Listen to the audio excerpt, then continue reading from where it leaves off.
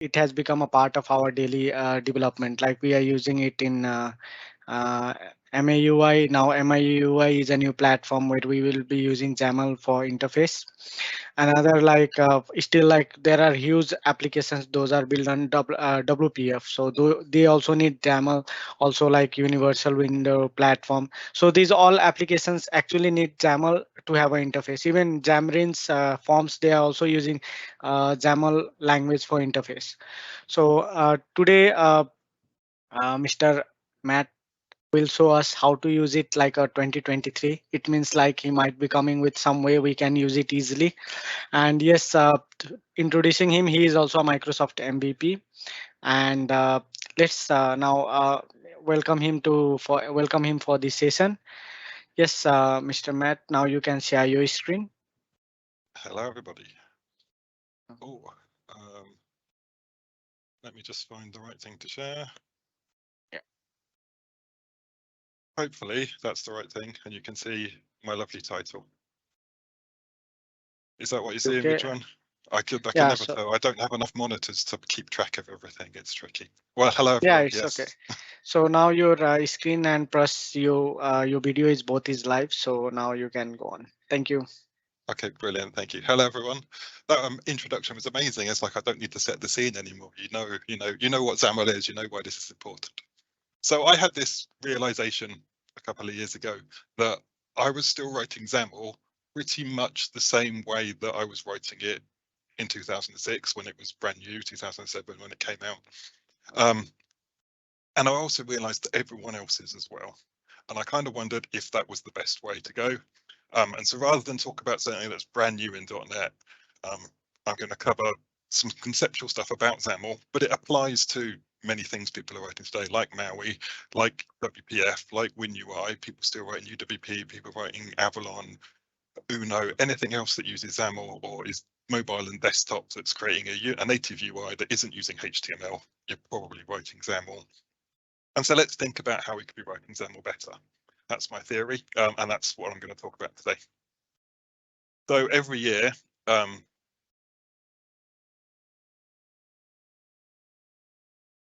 Stack Overflow do a survey of developers, and they ask developers lots of things.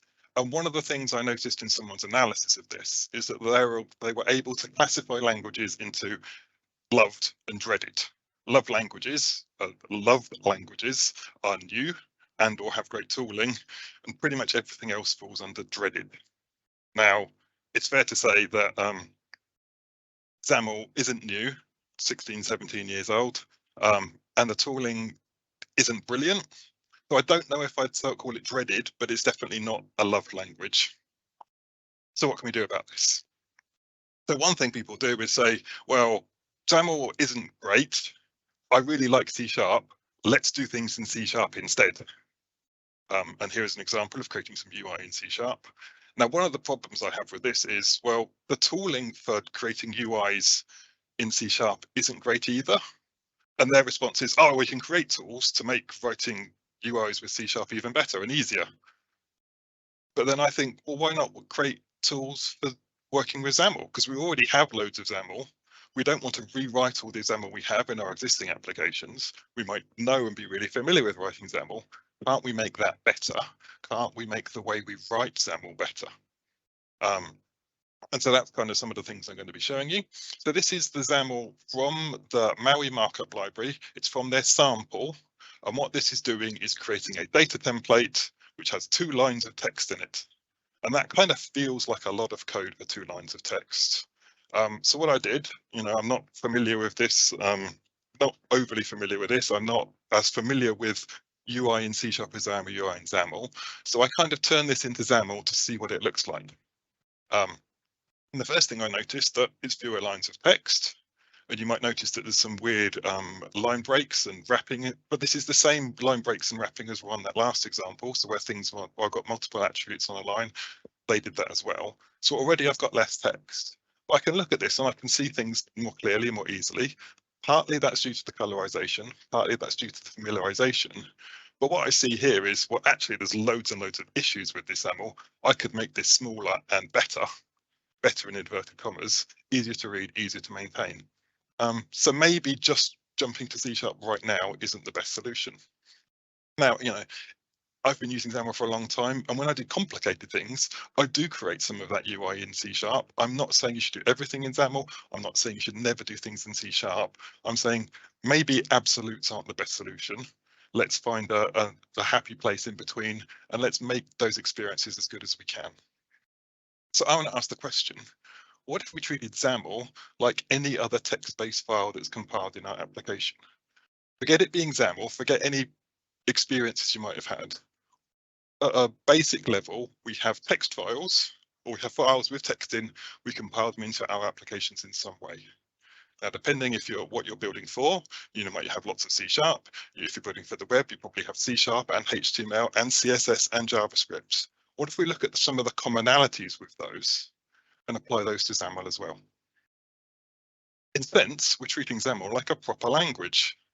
And by proper, I mean easy to read, easy to write, it's clear, it's understandable, it's consistent, it makes it easy to work with, a joy to work with, and hopefully we have some good tooling in there as well. Now, I don't want to say I have all the answers. I would love to be wrong about this. I would love for one of you to turn around and go, well, actually, everything you said is wrong, or anything you've said is wrong because, and give me a good reason why. There's two reasons. One is I don't want to be the lone voice in the wind saying, actually, we could do things better. And I don't want to have been doing this wrong for many, many years. So I've tried some of these things out in recent projects and it's made things nicer and easier. But I don't want to think about having done it wrong for so long. I'd love to someone to say, no, the way we've always done it is the right way and it's the best way because, and if you can do that, please tell me. I'm in the UK and we have an expression, a penny for your thoughts. Here is a penny. Please give me your thoughts. If we have time at the end, you can do that then. Find me on social media. I'm MR Lacey everywhere. And that's what we want to do. And I'd love to have that feedback. And some of the feedback I've had before has been really interesting. So one of the first things I heard was, I've never seen XAML done well. They said before it doesn't really matter. But this is someone who was a senior developer who's been working with XAML for years, and they didn't know what good looked like or what done well looked like. There's a couple of issues there. One is we have senior developers who don't know what good is. That's probably an issue. But actually, what does good XAML look like? All XAML looks the same. It's kind of hard to tell sometimes. Another thing someone said is, I already do this for other languages, and they listed C#, HTML, JavaScript, and CSS, but they don't do it for XAML. And this is kind of my overarching thing is, well, why not? Why don't any of us treat XAML like we treat other proper languages? If we did, we get much nicer XAML. So if you take away anything, take away this, just treat XAML like anything else. And someone else said, why is XAML development like this? And this is a really good question. Unfortunately, the answer is long and complicated. Partly it comes down to the tooling that used to be available, but as a kind of a summary, a quick summary of everything that's happened so far in the world of XAML, the way XAML was designed and intended wasn't that we would all be typing text into an editor. There would be lots of tooling, be complicated, advanced, special pipelines to make working with XAML lovely. We didn't really get any of that. The team behind who originally came up with XAML mostly stopped working for Microsoft around 2009, and kind of all the big vision ideas got lost, and we're in the position we're in today. How we got here doesn't really matter. What we want to do is think about how we go forward. And we can think about, well, if we haven't got any advanced tooling, or we're just typing in the editor, how is that different to how it was in the past? And when the tooling isn't different, we need to think about what we type in the editor. So yes, times have changed. The way we use XAML hasn't. If we think about the way we used other languages 15, 16 plus years ago, think about the C# you were writing 15 years ago, C#2 maybe, no link, no async, no lambdas, no extension methods, editor tooling very different. It was a very different experience. You probably wouldn't want to go back to have to write C# like that. You wouldn't want to choose to use version 2 of C#, would you? And at best, we're kind of stuck with version 2, version 3 of XAML, if we look at kind of the same sort of timescales. And so maybe we need to think about things differently. So let's start by thinking about formatting. So I'm going to show you some C#. I didn't realize that was a tongue twister. I'm going to show you some C#, and then we'll look at the XAML equivalents and see if we can learn some lessons. So thinking about formatting, here is some C#. And if you saw a C# file like this, you would probably have questions. You would probably ask, well, and you probably wouldn't like it like this. You'd go, well, what's all the weird white spacing? Why have we got mixed tabs and spaces? What's with the line breaks in funny places? What's with the empty blank lines all over the place? You wouldn't want it like that. The tooling doesn't want it like that. And you could really easily reformat it into something like this. And brilliant. And that's more like what you'd expect that file to look like as a C# file, just that standardized and as expected. So why do all our XAML files look like this? Well, maybe not all, but the majority of XAML files, formatting is an issue. You know, we've got weird indentation, we've got spaces all over the place, we've got who knows what with line wrapping going on. But do we want that? Probably not. Now we might go, well, Visual Studio can tidy that up, but not very well. Visual Studio doesn't do a good job of formatting XAML. But there is an extension called XAML Styler.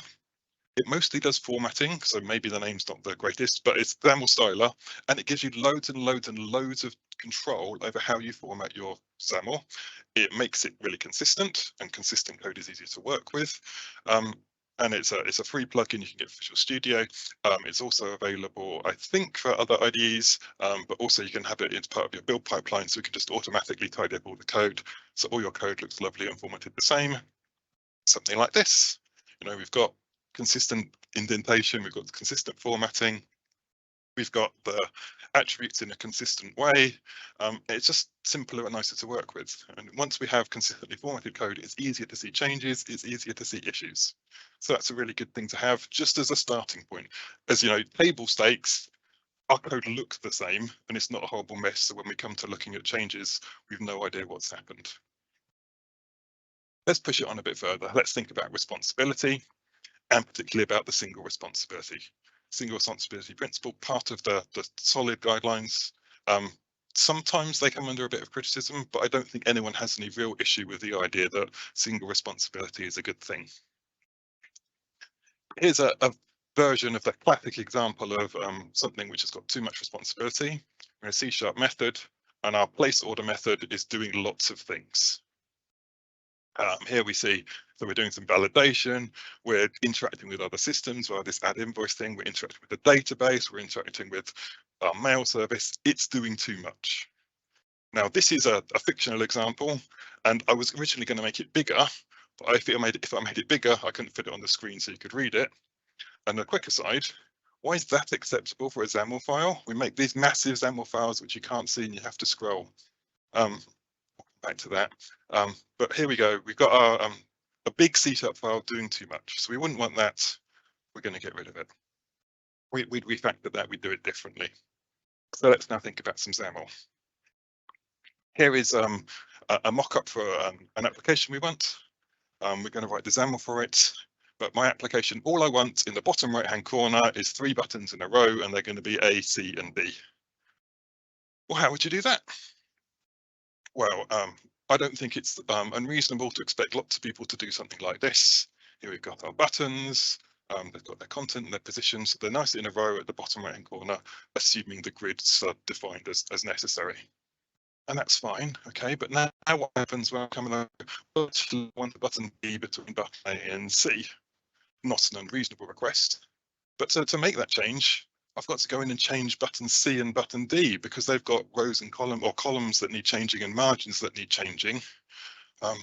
So now what I'm seeing is this code is doing 2 things. It's doing the buttony things, what should it show, what should happen when you click on it, but it's also handling the layout and positioning.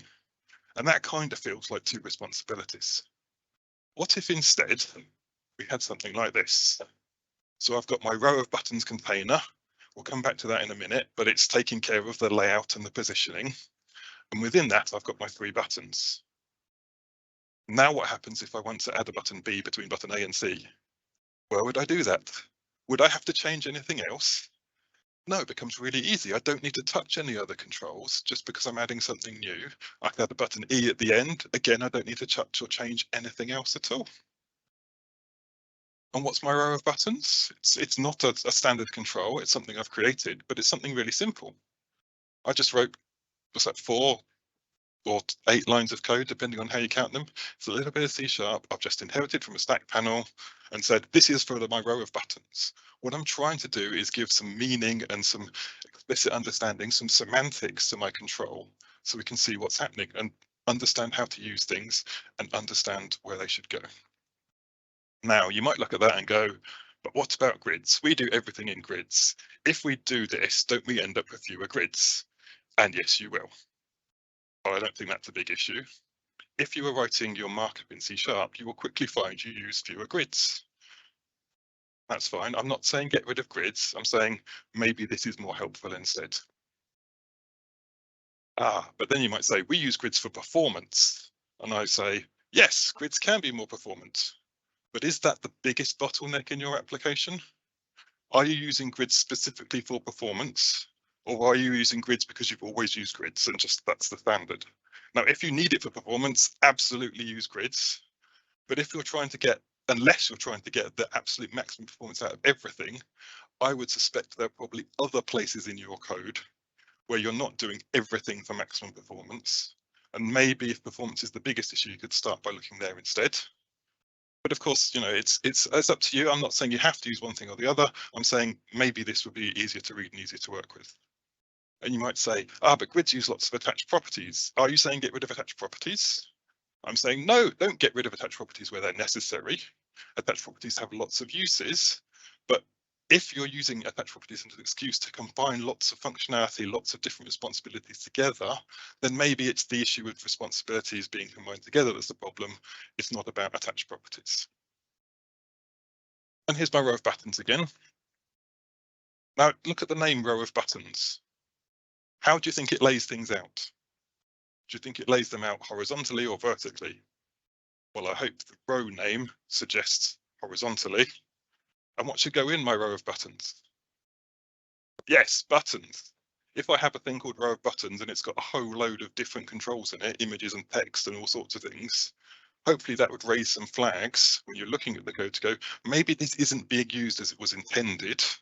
And if it's not being used as that's intended, you're probably going to end up with some unexpected side effects. If my row of buttons is taking care of layout and positioning, perhaps it was intended for the layout and positioning of buttons. If I start putting other things in it, it might go wrong or might be not as expected.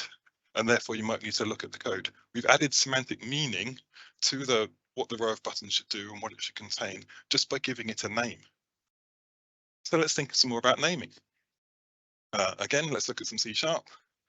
So here are 3 methods. Let's start at the top. And we have a method called doStuff. Now, doStuff is only ever useful in demos or throwaway code, so you wouldn't do it in real applications. You wouldn't call a method doStuff because it's not helpful. It doesn't explain anything. Imagine you had the scenario where we need to calculate some tax in an application. And in our simplistic world, tax is just 20% of the price. So we could create a method called add 20%. That'd be nice and simple. It explains what it's doing, so you could argue that's a good name. But what happens when we realize that tax is more complicated? And maybe we've used our add 20% for other things where we also needed to add 20%, which were nothing to do with tax. Well, now, do we change the method? Do we go and find all the places where the method is used before we start changing the content of the method and what it does? Do we have to create multiple methods? Or maybe if we're doing something which is going to add the tax or calculate the tax, we create a method called add tax, then we're not going to use that for something else elsewhere where we just coincidentally need to add 20%. That's likely to lead to trouble. So thinking about naming, what about our naming in XAML? So here are 2 snippets from XAML, or from UI code at least. Now the first one, this margin, is from an example of alleged best practices. They have a resource called medium left-right margin. Okay, so it's got the name margin on the end, so it's probably used to be a margin. But what does medium mean? What does left-right mean? Where should I use this? Well, if I know that medium in our application is 8 and I need something with an 8-pixel margin on each side, can I just use it anywhere? Well, there's nothing stopping you. There's nothing in the naming to suggest you should or shouldn't do that. But this was intended as the page margin. So on all our pages, we have this medium space on the sides. Now, imagine we start using this margin everywhere for all sorts of different things, and then we need to make a change to our page level margins. Well, now I need to create a new margin which I apply to all the pages, or I risk upsetting the code which is using this elsewhere. If this is intended just to be the margin for the pages, why not call it standard page margin? We're not going to use it in other controls in other places, or if we do, we shouldn't be surprised if that ends up leading to trouble in the future when our page margins need to change. Or this class at the bottom, we've got an action red button. Okay, that's great, it's a button. I assume it's red. What does that mean? Where should I use it? When should I use it? How should I use it? Now, in this application this came from, this was the default button. So why don't we just call it the default button? Then what happens is, down the line, we change the branding and we need to make the UI green instead of red. We don't have to create a new green button and change it everywhere. We don't have something called red button that's actually green. We don't put multiple default buttons on a page and then be surprised when it gets confusing, because we just have one default button on a page. The naming makes it easier to understand where, when, how, and why it should be used. And it also frees us up from consequences of things changing in the future, or unintended consequences of things changing in the future when things are used in more ways than beyond what they were intended. Let's think about something else which is common in lots of programming languages. Magic values, magic strings, magic numbers, that sort of thing. So let's go back to our C# and our tax example. Now, in our simple tax example where everything is just 20%, instead of creating a whole method, we could just times by 1.2 everywhere. That's nice and simple. But then our code gets littered with these 1.2s. And some of them might be for calculating the tax, some of them might be for other things. Now, if we need to change that, we've got to change these numbers all over the place. And we've got to make sure we change all the numbers and we change them only the right ones that are actually about tax. So we wouldn't do that. Or if we really were going to do something like this, we might define a constant called tax percentage and use that instead of having these numbers all over the place. So let's think about a XAML equivalent. And again, we're going to start by defining some UI. So here is a list of items. It's something you'll see in lots and lots of applications. It's a list, and for each item we have an image and we have some text next to it. You'll see that all over the place, especially in mobile apps, but sometimes in desktop apps as well. List, item, and text. So given this is our list, we'd have a data template for each item. Our data template would probably look something like this. At first glance, it's not too unreasonable, but as you'd expect, given by what I've said so far already, there are some potential issues here. And there are some magic values. Let's look at these ones first. So at the top, we've got a background color called sea green. How do we know that's the right green? Do we use it in other places as well? What does sea green represent in our wider design system and our wider design concept for the app? And what about this spacing? So a spacing of 4 and a margin of 8, and yes, we could define that margin differently, but that's not important. If we look at this, we go, well, how do I know these are the right numbers? Don't I end up with these numbers all over my code? Yes, you probably do. So you might define a resource for them. So we've defined a resource for our background color, and we called it highlight color, because in our application, we're probably going to highlight lots of things. And whenever we do, we want to use the same color. Now, if our design changes, we want to highlight things in a different color, we just change it in one place. We've got rid of these magic values dotted around. And again, we've added some standardization to our other margin and spacing by giving them resources, so we only need to change them once. But we've also added some meaning. So we've got an intra-item spacing. So within our concept of our app, whenever we have an item that contains more than one visual element, the space between them is always the intra-item spacing. Well, that's nice and easy. And whenever we have something which has the idea of or the concept of an item, well, we have the same margin around everything. Our app looks consistent and it's easily enforced. So what do these things look like? Well, they're just resources. And you go down this route, it can be quickly end up with lots of resources, and they're all defined with the same values. So what you want is something like this, so where you just define it once and then reuse that value. But thickness is a problem. Thicknesses get reused a lot for margins and padding and borders, but they don't support this. You can't do that. There's a little green squiggle under the start of thickness, which is trying to tell me that I can't bind a thickness because it's a struct. So what can we do instead? And it's a struct, so we can't inherit it. But of course, there are workarounds. So I've created something which looks and behaves like a thickness, but I can bind to it. I can just set all the values I want, bind to them easily. And it's not hard to do. The important bit here, so I've got properties which I can bind to, but the important bit is at the bottom where I just say, look, implicitly convert this to a thickness whenever I need a thickness. Well, that's really easy. Why don't we do things like that when we need them? I've started doing it. I love it. It makes things much easier. So we can simplify our code. There are some other magic values here. Probably see them here on these labels. We don't define labels in this way beyond the very start. We probably, for our application, have some kind of design system. We might have said, look, our text looks like this. These are the colors we use. We've got, this is what our text looks like. We defined like headers like this, they're this font, this size, this weight. Then we have these other types, and we just use those types everywhere. So instead of every time we use a label, we need to set all the values, we just define a style. Style is just a collection of properties, and then we can apply them to the control. And that's great. That's like saying, or for the first time, saying, give me a label and then turn it into a text title type of label. Which kind of feels like half thing, doesn't it? Kind of feels like we need some custom types and we're doing things with types. So let's think about custom types. Of course, we'll go back to our C# example. Starting from the top, we have a person, we have a student that inherits from person, and then we have a method where we're going to do something with the students. Now you could give it the person and cast it to a student, and there might be occasions where you have to do that. But if you know you always need a student and you're always going to get a student, why not just pass in the student? So that the bottom option. Now I think the same thing can be loosely applied, or sort of the same thing can be applied to working with XAML. So instead of taking our label and then turning it into something else, why don't we just create the something else?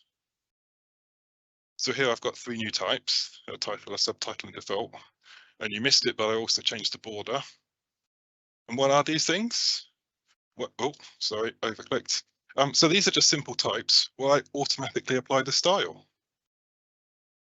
They're really small, really simple, really easy to create, and they greatly simplify the code and the understanding and the meaning of the code. So it makes it easier to work with, based on my experience and based on the experience of other people who've worked on this code, which have started using these things. And you can look at that and go, well, look at it.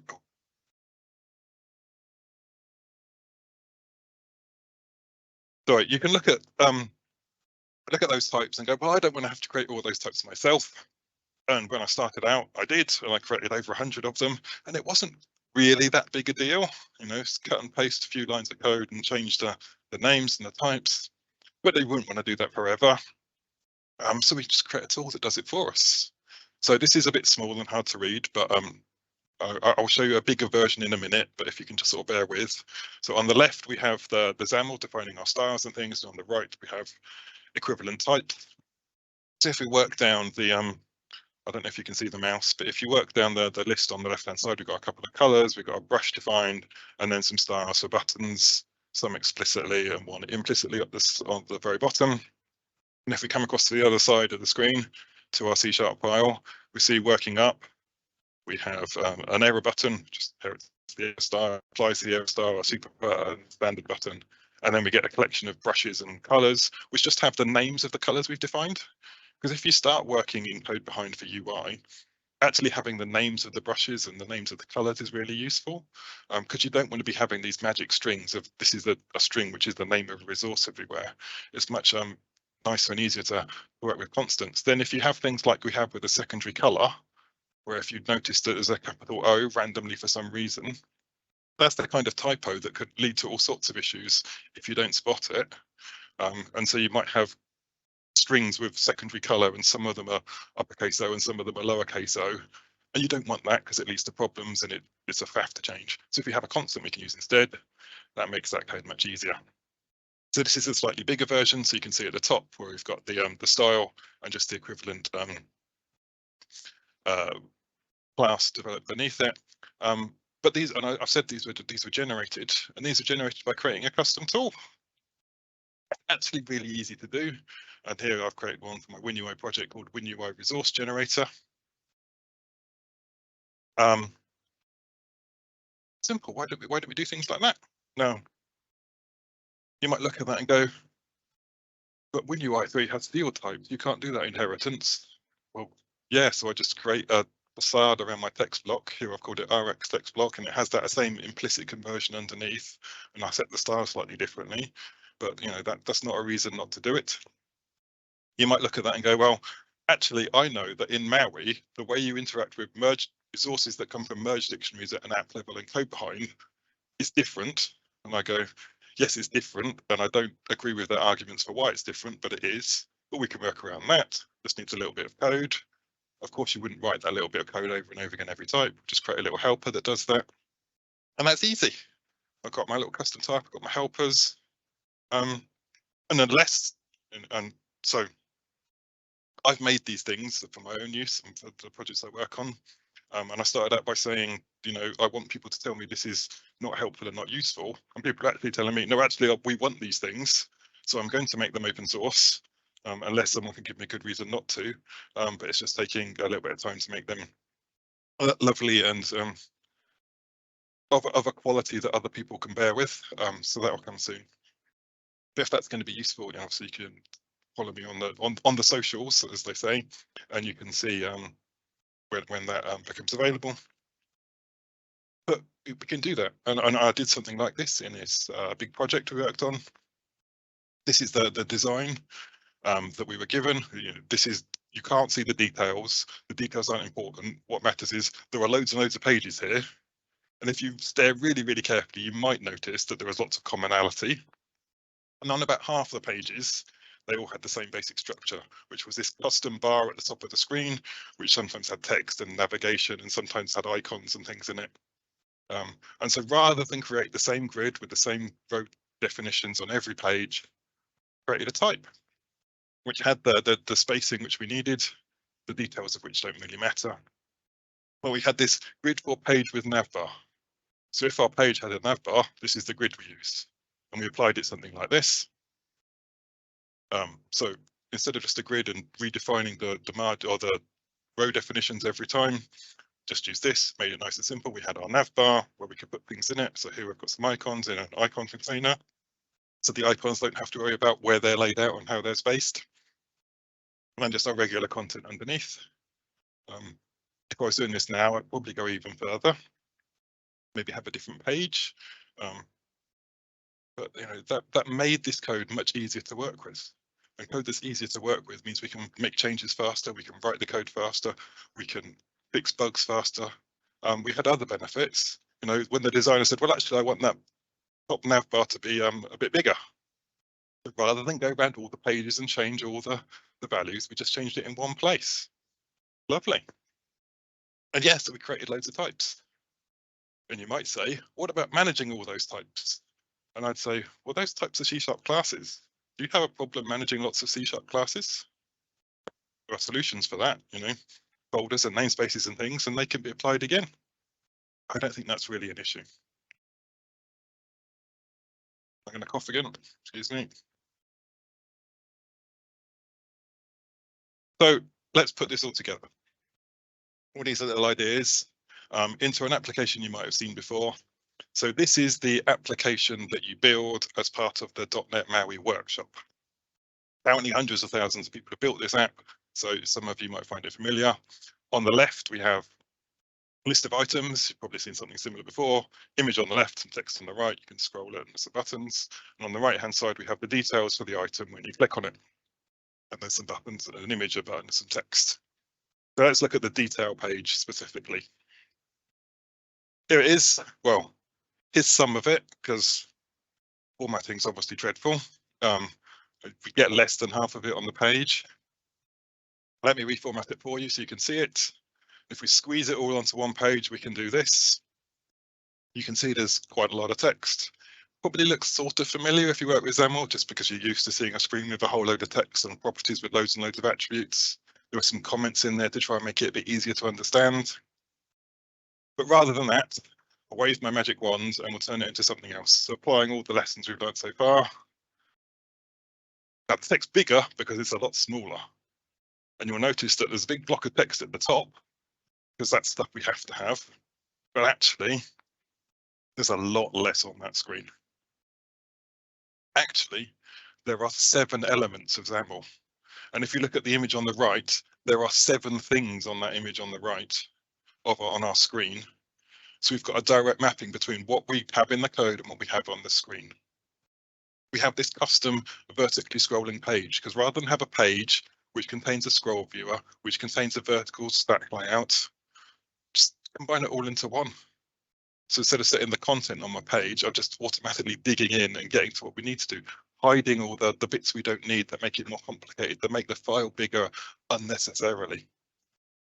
We've got my header image. It combines the logic for that bit of color, that block of color, and that circular image. Well, if we've got that in multiple places, it'd be useful to do that, so we don't have to keep redefining that. But also as well, let's just take this bit of complicated logic and just put it to one place, like we might abstract part of a complicated method or part of a complicated class into another class or another method. Just combine all that logic in one place so it's out of the way and isolated. Change that on its own, we can reuse it if we need to. I've got my page details. These are all the things which aren't the header, obviously, but they have a padding and they have some layout and that controls that. I have a text button. It's a button with text on it. I don't need to worry about setting borders in the margin. It's really clear what it is. My default text is my default text. It takes care of the wrapping and the sizing and everything. My small text is the smaller text. You know, the names could be different. The names might be more useful as different names. But would you rather work with this or that last page? If I told you I need to come in and we need to add another bit of information instead of just the location or the population, we also need to know like, I don't know, something else about monkey, you know, tail length or something. There's an extra important bit of information. And we need to put that at the bottom of the list, or we need to put that between the location and the population. It'd be really easy to see where to do that. Now, it might initially be, well, I'd rather stick with what I work with, stick with what I know, but having done this on a couple of projects now, I'm finding this really easy to work with. It makes me faster. It makes working with XAML more enjoyable. I'm more productive. And you know, I don't want to go back. So if you can tell me why I'm wrong for doing this, please do it quickly, so before I get too attached to treating XAML like other languages, really. And you might look at that and go, I don't want to rewrite everything I've already done. And I'm absolutely not telling you to rewrite everything you've already done. You do not have to do that, but maybe you could start applying some of these principles going forward. If you learn about some great new technique in C#, you wouldn't go back and rewrite all your C#, but you might start using that going forward. And when you go back to some old code, you might change it to apply new principles. That's the kind of thing I'm looking at kind of encouraging here, or starting a discussion about. But you don't need to do everything all at once. This is my summary slide. If you want to take a screenshot, take a screenshot. But we looked at formatting consistently, having standards. By saying, well, this is what our code looks like, it makes it easier to do code reviews. Code reviewing XAML can be hard because it's a big mess. Well, when there's a lot less of it and it's all standard formatted in the standard way, it becomes a lot easier. Separating out bits of XAML that are doing different things absolutely makes things easier to work with. The naming matters, getting rid of those magic numbers so they're not duplicated all over the place. And don't worry about creating extra types. You don't have to create complex user controls all the time. You can do simple little things which have a big benefit. And treat it like any other language. Treat it like C# if that's what you know. Hopefully, that all makes sense. I'll look to the screen and see if there are any questions. I'm sure I've overwhelmed you and wowed everybody. And I can't see any questions. Yeah, there are no any questions. That's all right. So I'll Anyway, take a quick moment to plug the fact I've just written a new book. So if you want to get involved in speaking at user groups and conferences, check out my book. It's really cheap, or if you want it for free, I'll give you it for free. I've also created a new tool called the MAUI App Accelerator. So if you're creating new MAUI apps inside Visual Studio, have a look for that, and that should hopefully help you out. I noticed you smiling and nodding along at some points, which one, so I'm assuming that was good. yeah, actually, I learned lots of things from this actually session. Always we are seeing XAML in a different way, but today your session give us some different way of seeing this XAML, especially this last line. Don't treat it too differently from the C sharp. I mean, obviously, this makes sense. And your whole slide shows us how we can arrange YAML and how we can make it more adaptive, even within our modern world. It is especially like even for UI perspective when it is started long back. Like I also started my career starting using YAML, and after a few years we moved to like web platform, but Yeah. still I remember the experience with the UI was completely different, was really nice. Adding animations was much easy compared to like we have to write lots of CSS and JavaScript in web, which was much easy in doing the same thing with the XAML. So yeah, so it's and also like if you are planning to start any kind of open source with this one, I would love to contribute there. Okay, brilliant. I will make sure to advertise widely once that becomes Yeah, available. even now MAUI is there, so even there also we need XAML. So if we are planning to build some kind of component so that we can make it open source and people can use it, so we'll love to do their contribution. So thank you. And now I think if there is no any questions, then we can move to our next session. So let me share my screen.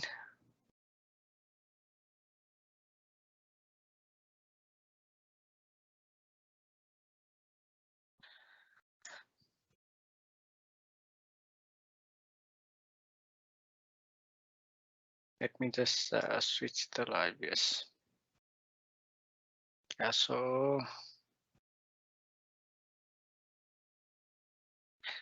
thank you once again, Mr. Matt, for such a great session on XAML. I enjoyed the session, and sure, this is